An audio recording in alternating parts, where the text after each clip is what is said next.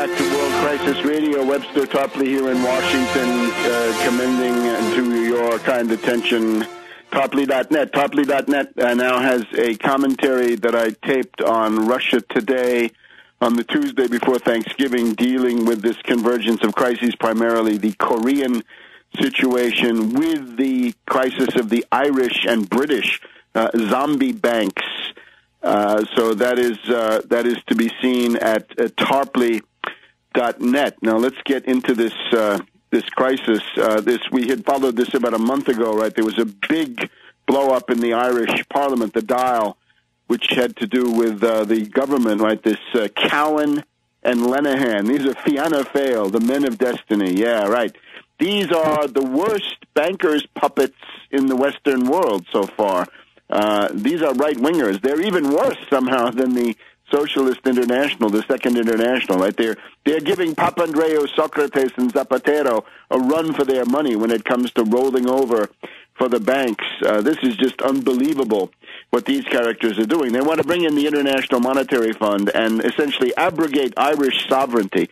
And this really hurts. This is a country that has had the most a troubled history of foreign occupation by the British. They have been crushed more thoroughly, really, than just about any other European small country by a neighboring large country, and they have been put through the ringer for several centuries, right? And we've looked back to figures like Wolfe Tone leading the rebellion back in the 1790s, right, trying to link up with Napoleon to kick the British out of Ireland. And we all remember Daniel O'Connell, right, at least the idea of home rule and the rest of that. But now that's all out the window, right? All those struggles, right? All that, the stuff with the black and tans and the horrible oppression, right? The horrible human rights violations by the British in Ireland. Well, all that was to have a sovereign state. Well, the sovereign state is now out the window.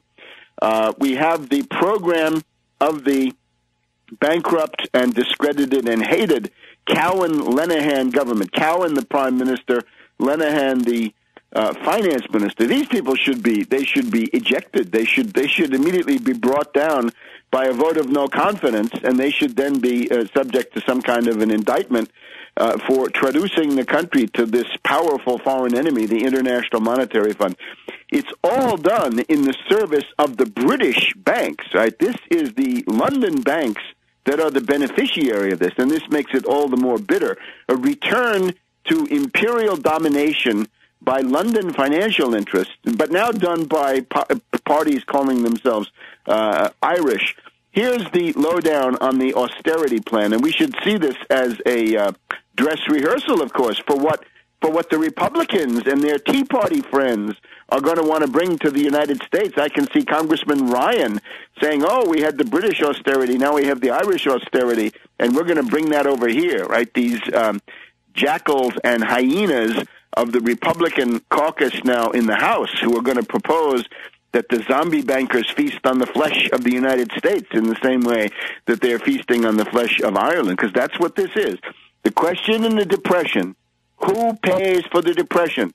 Will the Depression be paid for by the zombie bankers and hedge fund hyenas who created it?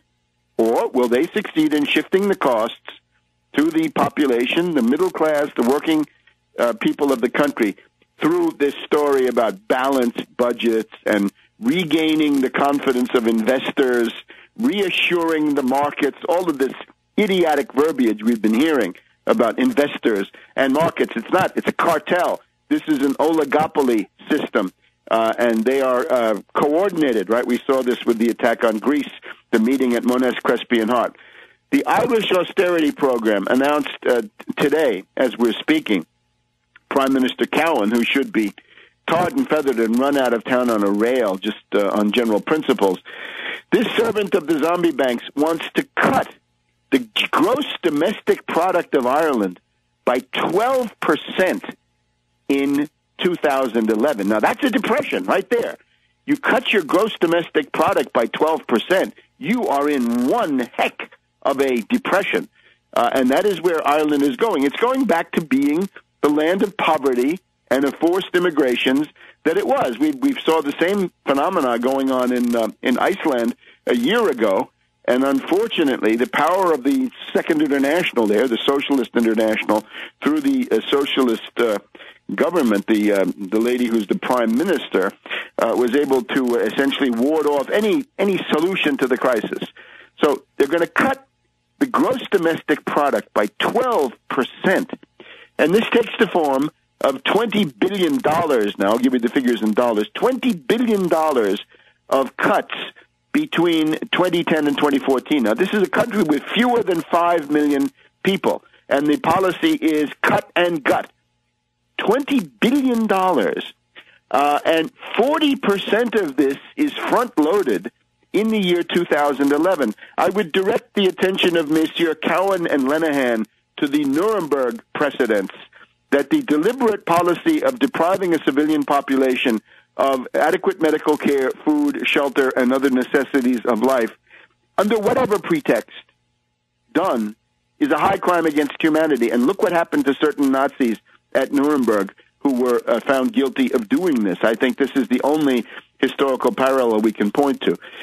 2/3 of the savings is in the form of cut and gut, 1/3 in the form of new taxes, and those are all regressive. Notice again, just as we saw with the Rivlin Dominici austerity ghouls and their colleagues, the austerity vampires, Bowles and Simpson, there's no tax on banks, there's no Wall Street sales tax, Robin Hood tax, Tobin tax, securities transfer tax, financial turnover tax, trading tax, none of that. There's nothing that targets the super rich derivatives mongers who are the creators and beneficiaries of the crisis. Rather, the minimum wage, the Irish minimum wage, good that they have one, €8.65. 8.65 euros is the current minimum wage, higher than the U.S. Isn't that interesting? Way higher. That now goes down by €1 whole to 7.65 euros per hour as a minimum wage. How about them apples? In terms of public sector jobs, of course, we know those greedy unions, 28,000 jobs will be destroyed. Now, this is in a country of 5 million, right? So you can multiply all of this by about essentially 60 to get the size of what it would be like in the U.S., and you get the idea. The sales tax, the worst of all taxes, well, other than the poll tax, that is worse still, but the sales tax, one of the worst forms of regressive taxation. Again, it cuts into the necessities of the poor, the amenities of the working class, and hardly touches the luxuries of the super-rich parasites. The sales tax goes from 21 to 23%. There's a series of draconian cuts in the social safety net. This all contained in a 140-page catalog of genocide, I guess we'd have to say, called the National Recovery Plan. It is a plan for the national suicide of Ireland. It must be defeated. We'll be back in a minute.